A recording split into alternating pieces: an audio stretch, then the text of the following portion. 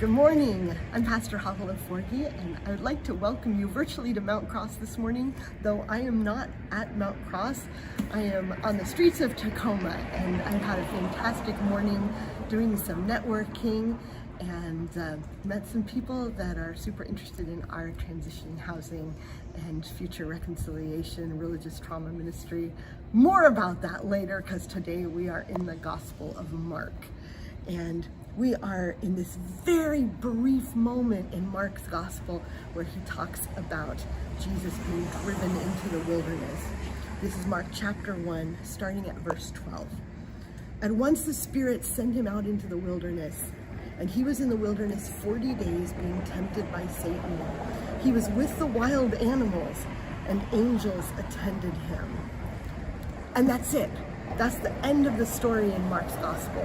Other gospels have a more extended version of what's said between him and the devil as he tempts him. But Mark, it's just this small moment.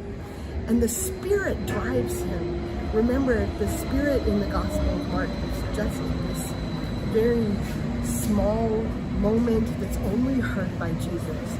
He is, unlike the other Gospels where the whole crowd hears the voice of God, in Mark it's only, that's a bus, in Mark it's only Jesus who hears, "You are my son."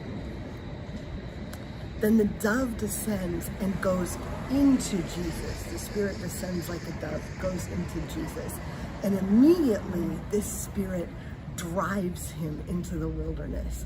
This drive word in the Greek is eklalon, and it is the same word that's later used when Jesus drives demons out of people. So Jesus is being driven by the Spirit in the same way that he will later drive demons, and I find that very interesting. The other thing that's unique about this gospel is the mention of him being with the wild animals. There's a breaking down of barriers here, and that's going to be something we see in the entire Gospel of Mark. There's been this clear division between the animal world and the human world. But in Jesus, these barriers between creation and us humans start to break down, and humans are considered part of creation, and Jesus is here not just to save humans but to heal all of creation. And this is the first time we see this, is in this moment where Jesus is with the animals and the angels attended him. So Jesus is this bridge between all of the natural created world and the citizens of heaven in the angels.